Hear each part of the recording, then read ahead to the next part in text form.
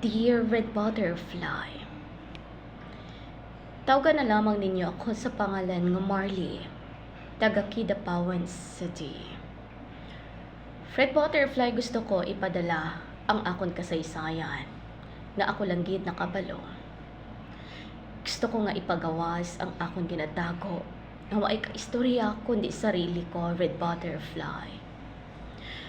Okay lang kung mabash ako, kay deserve ko man, Red Butterfly. Amo ini ang akon kasaysayan. Isa ako ka married, kag mayara kami sang anak. 7 ka tuig kami nga magaupod sa mister ko, Red Butterfly. Okay man ang amon sini nga relasyon. Bisan sa panginabuhi, waay nagalisod. Bisan babae man ako Japon ang nagamanto. Kag ako man ang nagdala sa panginabuhi na mga Red Butterfly. Nawaay nagakumpiyansa ako sa akong sini nga Mr. Red Butterfly. Nga hindi siya nga magkabit. Okay man ang relasyon namon, Red Butterfly. Magligad sa mga pila ka mga inadlaw. Ang pinakamasakit, gitira niya ako patalikod. Naglabot sa punto, Red Butterfly. Kinkawat sa mister ko ang ATM ko na may unod na 50,000. Abi ko, Red Butterfly, kung nadula niya lang ang ATM ko. Ginpabayan ko lang. Wala ako nagawakal. Isa ka gabi ginkapot ko ang cellphone niya. Kag may nag-message sa iya. Isa ka dalaga. Kag isa kini ka estudyante.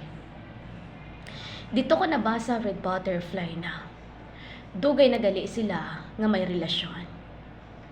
Kag ang ATM ko, Red Butterfly, kapot sa iya sini nga babae. Kasakit, Red Butterfly, nga gusto ko mapatay. Nga feeling ko na wala ako sang selfie sa kalibutan. Gintago ko ang sakit nga ginabatsyag ko, Red Butterfly. Itungod nga ginaisip ko ang anak namon. Red Butterfly, nag-abot sa punto nga ginistorya ko ang bana ko. Kaangot sa tanan. Kag iya man ini nga ginamin sa akon, Red Butterfly. Sa nabatian ko ini, hindi ko balaan ko anong himuon ko, Red Butterfly. Gusto sang bana ko nga wala sang makabalo sa sitwasyon namon. Kinrespeto ko man ang desisyon niya, Red Butterfly. Pero ang kasakit sa dugan ko, pero hindi ko ma-explain. Ginshare ko ang problema ko sa BFF ko, na si Tasha, Red Butterfly. Si Tasha sa Singapore nagastay. Pero naga-chat-chat kami. May nobyo si Tasha diri sa lugar namon. Kag naglabot sa punto nga nangin friend ko ang iya sini nga boyfriend, ni Tasha. Ginistoryahan namon ni Tasha ang boyfriend niya sa pangalan na Umar. Nga dalon daw ako nga malagaw, Red Butterfly, para madula ang stress ko. Naging close kami ni Umar. Kung mag-away kami isang bana ko, kinashare ko sa iya ang tanan nga problema, Red Butterfly. Ginahambal ko sa iya, Red Butterfly. Kag nag-abot man sa punto, nag-away kami isang bana ko.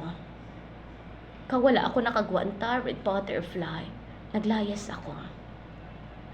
Si Umar ang nagtabang sa akon para makalakat ako. Dito niya ako nga gindulong sa iya sini nga pinsan. Sa time nga ginhatod ako ni Umar, Red Butterfly, nagdulog kami kag nag-istoryahanay. Kag ang hambal niya, manimalos daw ako sa ginhimo sa mister ko sa akon. Fly. Kinpatulan ko si Omar. Kag may natabo sa amon ni Omar, Red Butterfly. Hindi ko balaan ang feelings ko. Nga kung tama ba ang ginhimo ko. Siguro nadala ako sa emosyon ko, Red Butterfly, tungod sa kasakit. Kinistorya ko si Omar. Nga hampang lang ang tanan nga ginhimo namon. Tungod kay may pamilya na takon, Red Butterfly. Abi ko, kung amo lang to nahitabo, paulit-ulit ang natabo sa amon, Red Butterfly. Hangtod karon, kami pa ni Omar.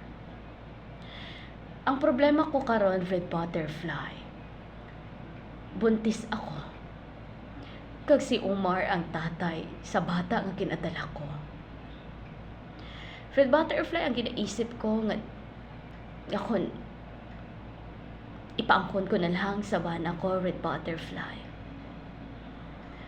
Natani, Red Butterfly, nga mabuligan niya ako. Kung ano ang dapat ko nga himuon, Red Butterfly. Kag ang problema ko, Red Butterfly, palangga ko na si Omar. Pero paano ko ni malutas kung maguba ang pamilya ko? Si Chloe, kag ang bata ko. Hasta na lang dari ang akon siningasulat kasaysayan, Red Butterfly. Marley, Sangkidapawan City.